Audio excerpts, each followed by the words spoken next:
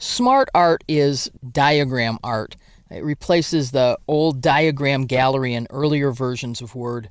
And you may have used SmartArt in something like Microsoft PowerPoint. Word 2010 has all the same SmartArt and includes some SmartArt that's optimized for use in printed documents or documents viewed on screen. To insert SmartArt in a document, we're going to position our insertion point and then simply choose Insert and choose SmartArt to open the Choose a SmartArt Graphic dialog box. There are a list of categories. Some of the SmartArt appears in more than one category. So, for example, these are different ways to present a list. You can read the description that tells you that this is for large amount of text. That's great to know.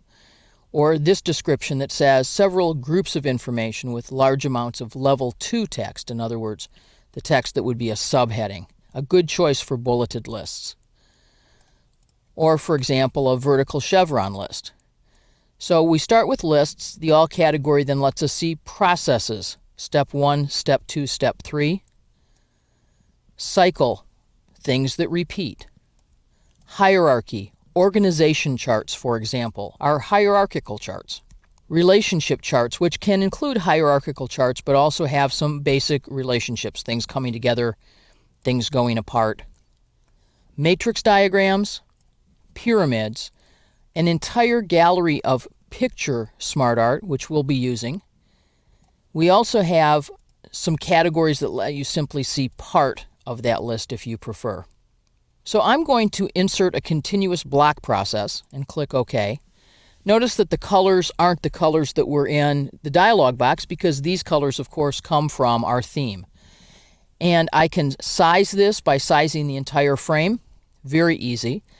I can click and type in the boxes, but I can also open up the text block and I can actually insert my text here. So I might say that the first step is that we have people go through orientation by starting in the nursery.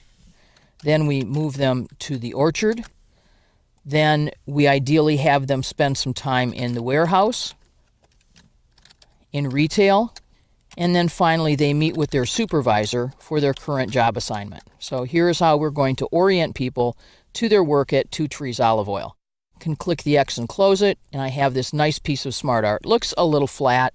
I want to make it take up a little more space. Notice that my fonts automatically expand, and now I can start to do something more interesting with this. I can change its colors and change its styles. So let's choose a different gallery of colors.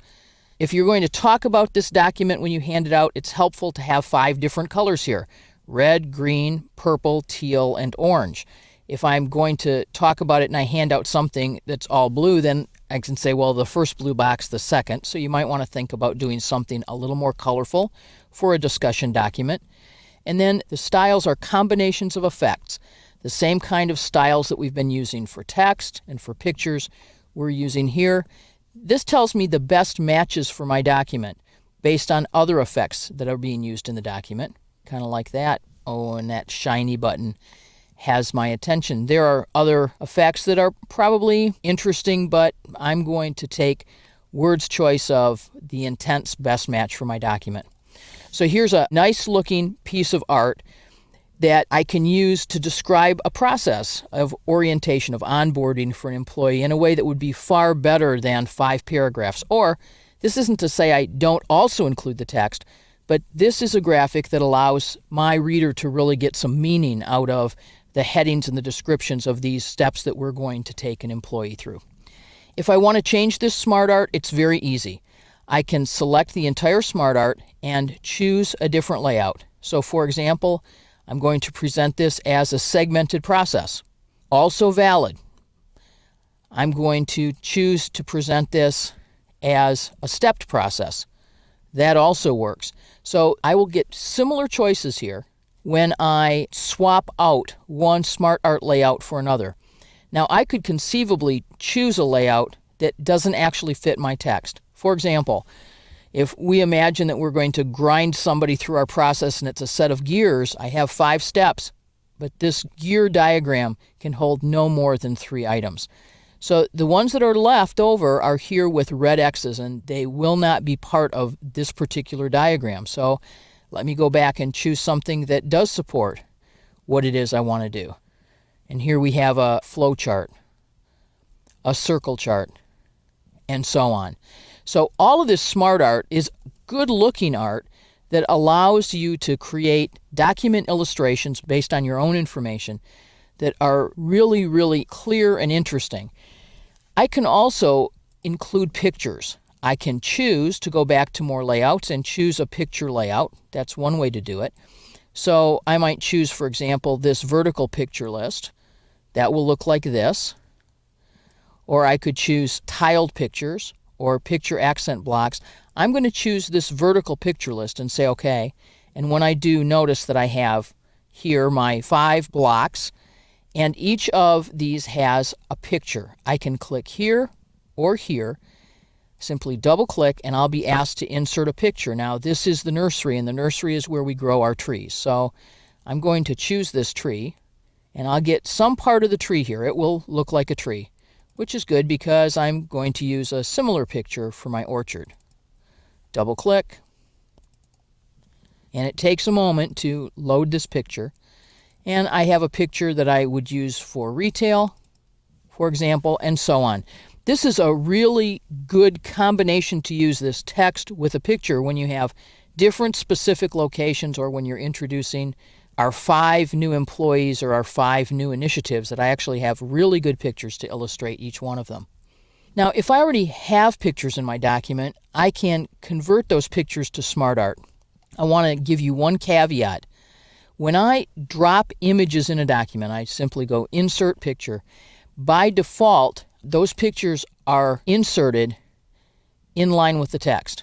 If my picture is in line with the text, in other words, there's no text wrapped around it, I cannot select more than one picture at a time. So I want to make sure that I've done all of my positioning and my text wrapping both before I select multiple pictures. But I'm going to select my first image, hold Control, and select my second image. And with both images selected, even though I'm on Picture Tools, I can go to Picture Layout, and it's SmartArt again. So I can take those pictures and I can say I want to choose some particular piece of SmartArt, and notice as I move from one SmartArt choice to the next that I can see in my document that some of these are good choices and some of them are not. Here's a hex that allows me to enter text. That's not bad. I actually like this one a great deal. So here are my 2 images, and I can enter my text. I have a pretty good sized text box over this image. Notice that the text wraps to the right, that the images have pulled to the left. I can move this somewhere else if I need to. So I can simply enter my text here if I wish. Just like that. Now, again, I can change my colors to different color schemes and different effects. Really easy to convert existing images to SmartArt, whether it's Process SmartArt or some other kind. I had a subset of my original SmartArt when I chose to convert this, but I can go back and pick up any of the SmartArt layouts that I want once I've converted those images into SmartArt. So I have access to choices that were not available to me a moment ago, including some of the process choices, for example. One more thought before we leave SmartArt.